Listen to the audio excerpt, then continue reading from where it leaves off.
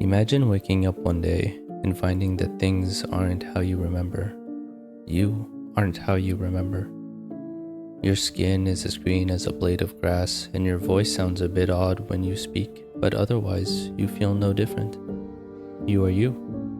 You are Finn Mertens. That's when you see it.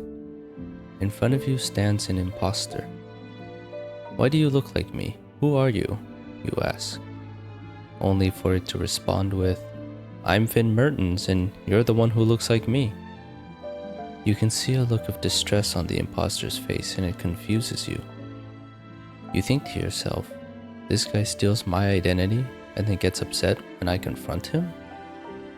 Just then you hear the sound of your brother's cry. What's going on here, Finn? You rush to his side, relieved by his presence.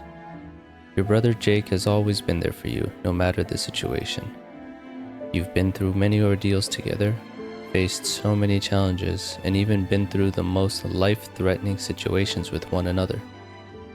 No one knows you better than he does. Through thick and thin, he's always stood by your side. Surely he'll be able to help you figure out what's happening here, right? Jake, you exclaim. Boy, am I glad to see you. This bozo keeps saying he's me. Why don't you set him straight and tell him who the real Finn is? That's when you hear those two dreadful, spine-chilling words that would change your life forever. That one?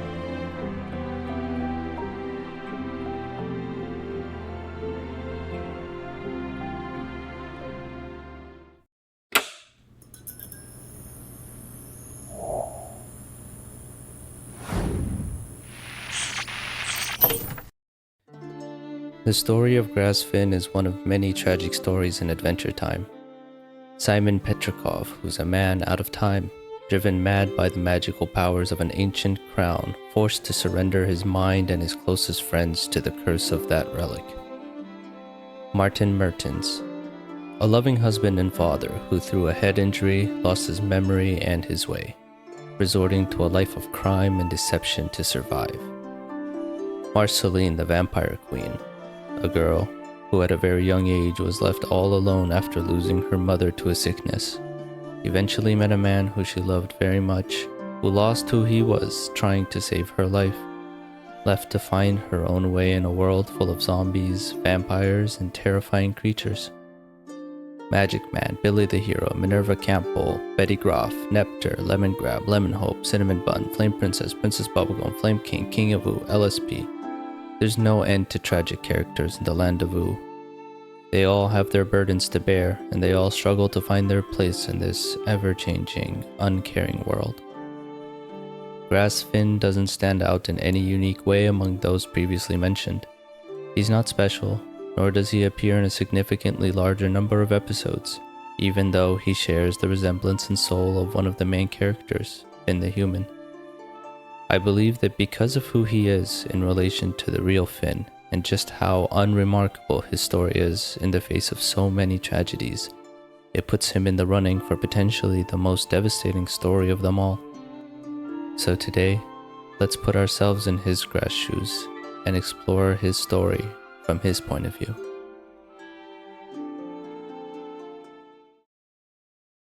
One calm evening, you find yourself helping your brother Jake mourn the loss of a dear friend of his, Prismo.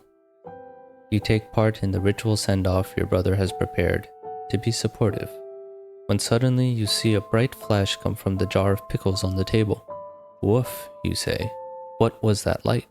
But Jake, unfazed by the light, grabs the jar and rushes you to bed. Prismo must be the last thought you have so that you can dream of him tonight. Off in dreamland, after witnessing some weird events, you find the jar of pickles glowing, so you dive into it. There you find your old friend Prismo. He tells you that he is a version of himself from the past and that there is a way to bring him back. His plan seems precarious, but you help him anyways, for your brother Jake. You're led to a chamber where you find Jake sleeping, and Prismo's there. Another Prismo. As Jake sleeps, he sustains Prismo. He tells you to wake up Jake, but before you do, Another version of you appears, and suddenly,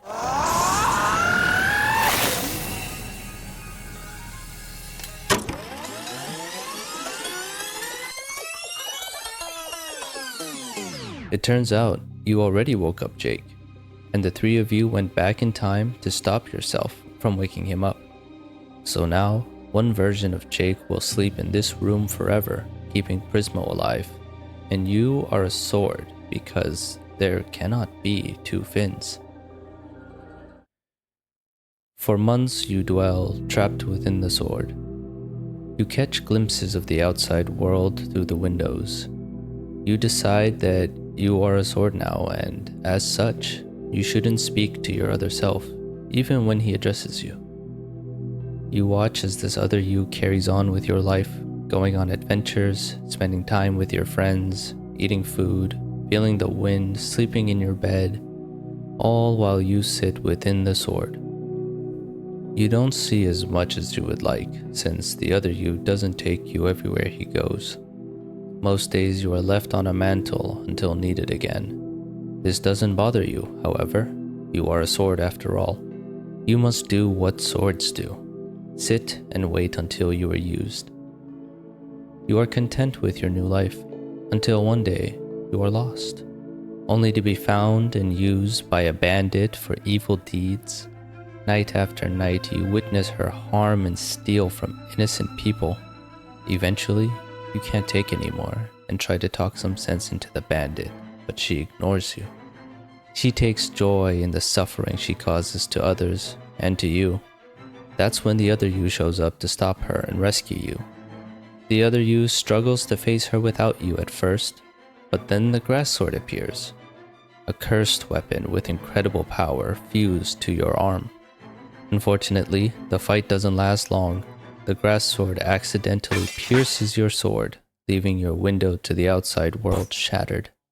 What's worse, the curse of the grass sword has emerged as a grass octopus spider, a grass demon, and is creeping up on you.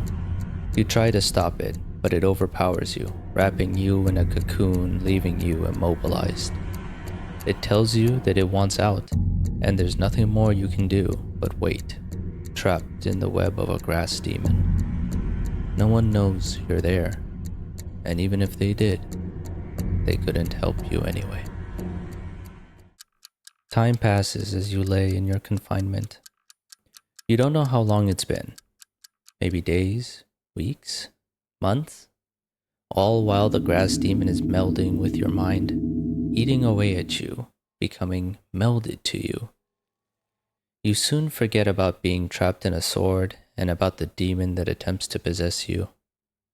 Then you start to hear the sound of the ocean, the waves crashing against the shore, the seagulls cawing, the sound of sword hitting metal. Moments later, you wake up, almost like from a long sleep.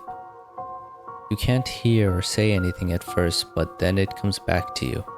You see in front of you some sort of doppelganger, and he's hurting your friend Susan. So you leap into action to save her. After stopping the assailant, he tells you that he's Finn Mertens. But you're Finn Mertens. This guy must be confused, right? Oh look, it's your brother Jake. He'll help you figure out what to do about this imposter. Oh wait, he's taken its side. You need to get out of there. You don't know what's happening, but you feel like you should go home. You can regroup there and figure out what to do next. And so, you reach the treehouse. It smells like home. It feels like you haven't been back there in a long time. But it looks just like you remember it. You make yourself a sandwich and start looking through an old photo album, reminiscing about old times.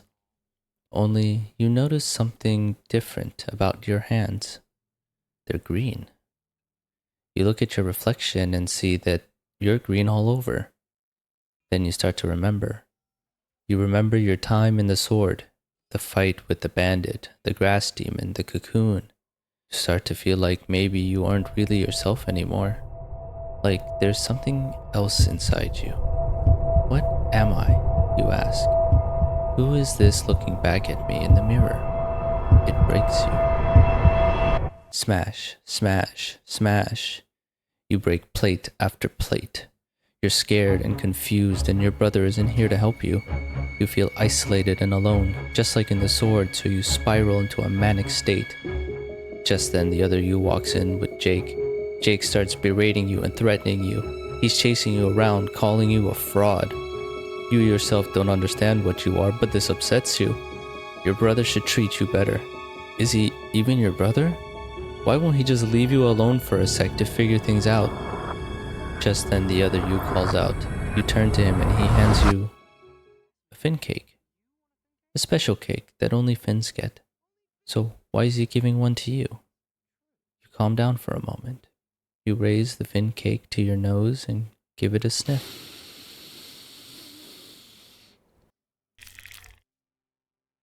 That's that good sugary trash like a big boy likes. You come back to your senses and you realize what you've done to the place. You begin thinking again that you might really not be yourself. But everyone in the room starts to warm up to you being Finn. And that's good enough for now. You sit atop the treehouse, the familiar wooden structure swaying gently beneath you. The vast sky stretches overhead, a canvas of muted blues and grays, as if mirroring the weight in your chest. The air is crisp and carries the scent of damp earth, but it feels heavy against your skin, a reminder of the turmoil swirling within you. As you look out over the landscape, a sense of isolation envelops you. The vibrant world of Ooh seems distant, almost unreachable, and you're acutely aware of the stillness around you. Each breath you take is laced with an unshakable melancholy, the peacefulness of the outside world contrasting sharply with the turmoil in your mind. The wind brushes against you, a cool caress that should be refreshing, yet it only amplifies the ache of uncertainty in your heart. Questions swirl within your mind. What am I? Will I be this way forever? Is there a bird building a nest in my mouth? Just then you hear the voice of Finn. He refers to you as Grass Finn, as if you're not just normal Finn. You're now something other. He tells you he'll be out for a while, but Jake will be around. After they walk away, you overhear Jake's hesitation with being left with you. The only reassurance comes from Finn as he reminds Jake that you are Finn too. You are him, and Jake should treat you as such. Finn's a good person. Jake calls you down to the kitchen. He's made your favorite, meatloaf. You rush to the kitchen full of excitement, having fully forgotten all your woes. You grab your meatloaf bib and dig in with enthusiasm. There's a problem though. You chew the food, but you can't taste it. You go to take another bite, however, your last forkful falls out of your mouth. You realize you can't swallow either. This upsets you deeply. On top of everything else, you also don't get any meatloaf. It seems like you'll have to get used to this disappointment. The discovery that you are no longer able to do many things you once took joy in. Jake has a suggestion though. Maybe you could try fighting some evil. You love fighting evil. He asks if you have someone evil in mind, and it just so happens you do. You make your way to a familiar location where a hedge maze blocks your path forward. You don't know how you know this place, but you're sure you've been here before. It's as if a magnet tugs at you, leading you back here. All the creatures in this maze that attack you as you wander through it are made of grass, just like you. They don't give you much trouble though, because you slice your way through them without any issue or second thought. After plowing your way through the maze, you make it to the top of the hill where the evil lives. Out comes a wizard, and he knows you. He created you. You get memories of the wizard creating the grass sword that you come from and placing a curse upon it. The same curse that grips your soul with its cold, greasy tendrils. You demand the wizard tell you why he made you. Are you bad? Are you a pawn of one of Finn's many enemies sent to destroy him?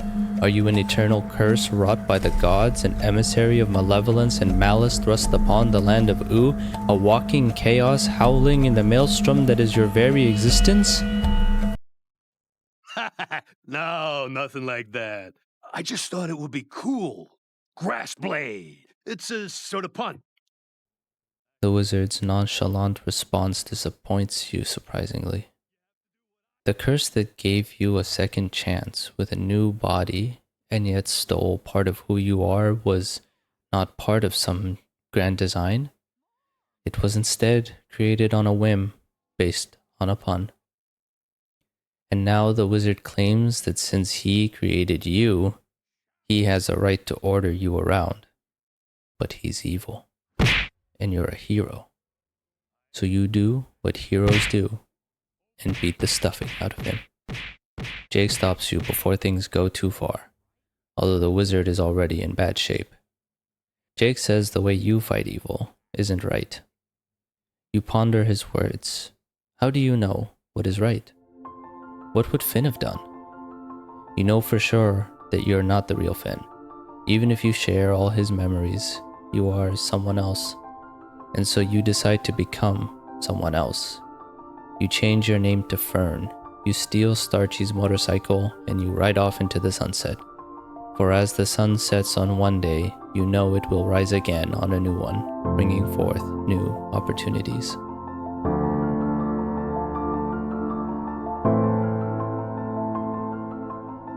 A few weeks go by and you're still not getting used to things. You spend some time with Finn, but not much. You can't seem to do the things he does. He's always just better at stuff, and that makes you feel weird. Bimo and Jake don't mind being around you anymore, but you get the feeling it's mostly for Finn's sake. Rapture's cool though. You like him. He's funny and he gets you. One day Finn comes to you and says he's going on a trip and he'll be gone for a while. To your surprise, he wants you to look after Oo while he's away. That's a big responsibility though, and you're not sure you're the right person for the job. Being a hero's Finn's thing, and you're not him. He believes in you though. He knows you can handle it. His confidence in you is reassuring. Finn's always been good at seeing people for who they really are, so if he thinks you can do it, then he may be right. And with that, Finn and a few others set sail on their long voyage. You spend the next few days on the lookout for trouble. You sit atop the treehouse, peering into the distance as Oo's watchguard. Nothing bad's going to happen while you're around. You'll prove Finn right and convince everyone that you're dependable and can be counted on, just like Finn.